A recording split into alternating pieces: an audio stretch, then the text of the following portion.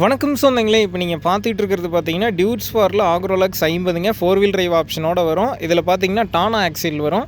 அது என்ன டானா ஆக்சில் அப்படின்னு பார்த்தீங்கன்னா ஃபுல் அண்ட் ஃபுல் சீல்டு ஆக்சிலுங்க. 4 வீல் டிரைவ் ஆக்சில் சேத்தோலோக்கொசரமே கொடுக்கக்கூடிய ஒரு ஆக்சில்.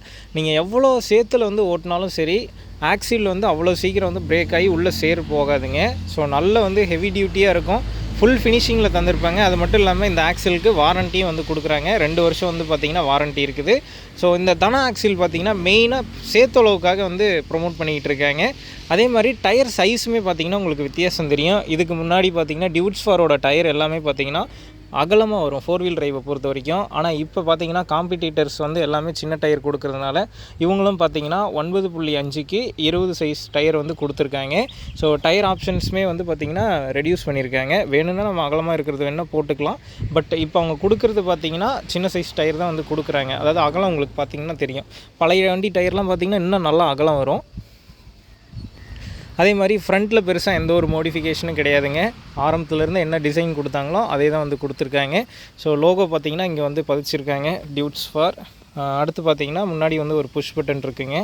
ஸோ இதை ப்ரெஸ் பண்ணனா லாக் ஓப்பன் ஆகுங்க. ஸோ லைட்டாக தூக்குனா போதும், பம்ப் இருக்குது, அப்படியே ஓப்பன் ஆயிருங்க.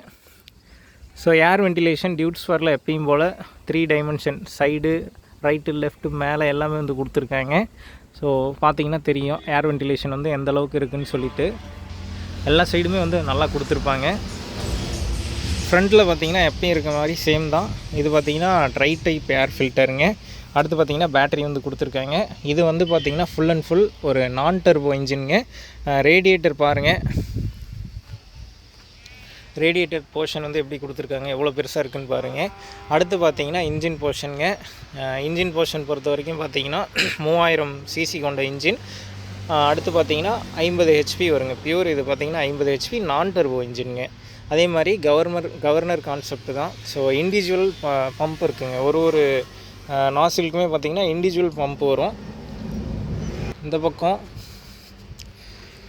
சைலன்சர் செட்டப்புங்க. இதே நீங்கள் டர்போவில் பார்த்துருந்தீங்கன்னா உங்களுக்கு இங்கே டர்போ செட்டப் வரும், அவ்வளோதான். மற்றபடி நீங்கள் பெரிய டிஃப்ரென்ஸ் இதில் எதுவுமே பார்க்க முடியாது. சேம் இதே இன்ஜின் தான் பார்த்திங்கன்னா டர்போ ப்ரோவில் இருக்கும்.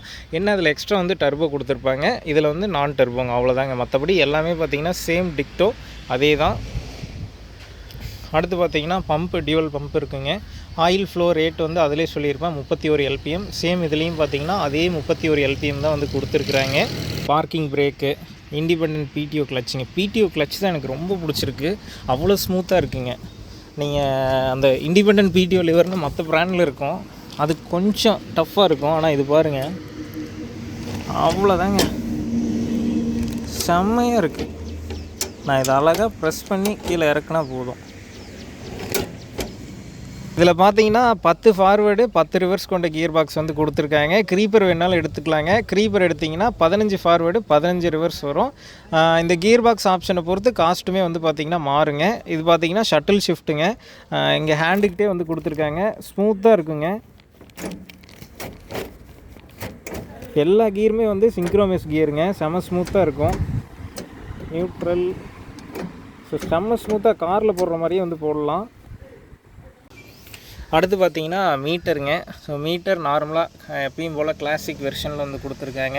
ஃபியூல் கேஜி, ஆர்பிஎம் மீட்ரு, அடுத்து பார்த்திங்கன்னா டெம்பரேச்சர் மீட்ரு, அப்புறம் சம் இண்டிகேஷன் சிம்பிள்ஸ் கொடுத்துருக்காங்க. ஸோ ரொம்ப இதாக போகாமல் கிளாசிக்காக கொடுத்துருக்காங்க. இதுலேயுமே அப்டேட் வரும்னு சொல்லியிருக்காங்க.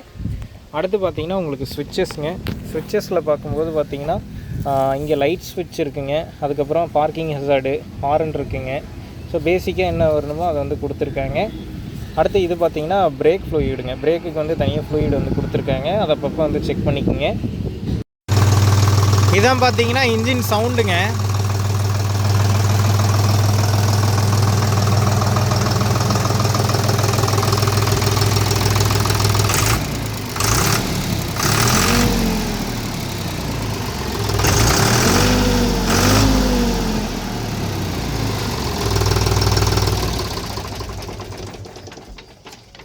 ஸோ நான் டர்போ இன்ஜின் சவுண்டு இதுங்க. டர்போ கேட்டிருப்போம், முன்னாடி ஒரு வீடியோவில் போட்டிருப்பேன்.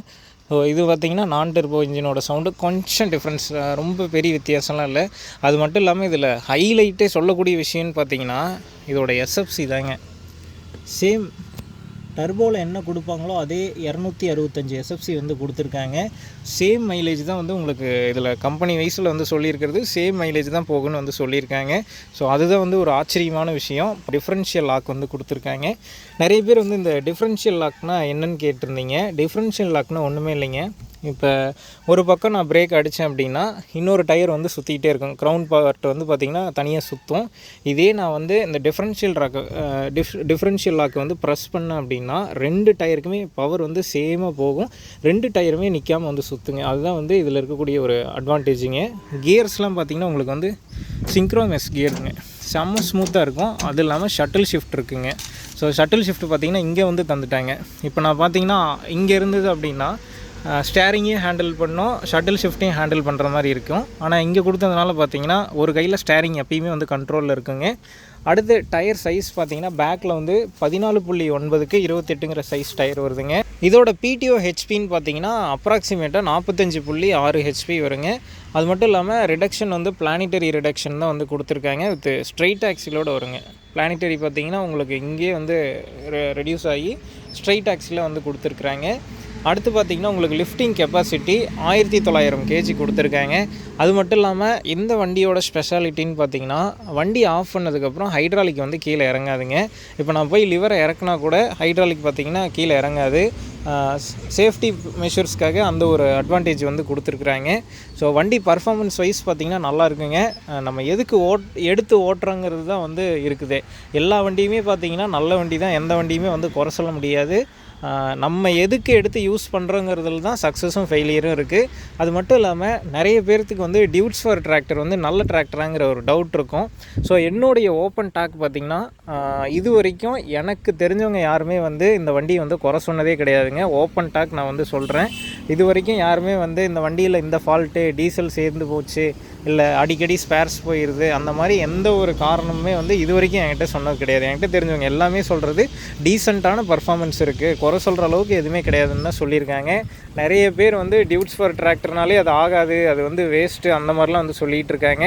ஸோ எந்த வண்டியுமே வந்து நம்ம ஓட்டி பார்க்காம வந்து கருத்துக்களை வந்து சொல்லவே கூடாதுங்க. அதே மாதிரி இந்த டியூட்ஸ் ஃபாரில் Agrolux 50 4 wheel drive 2 wheel drive tractor யார் வச்சுருந்தாலும் உங்களுடைய கருத்துக்களை வந்து ஷேர் பண்ணுங்கள். எவ்வளோ மைலேஜ் போகுது, என்ன யூசேஜுக்கு வந்து பயன்படுத்துகிறீங்கன்னு சொல்லிட்டு, ஏன்னா அது வந்து நிறைய பேர்த்துக்கு வந்து யூஸ் ஆகும்.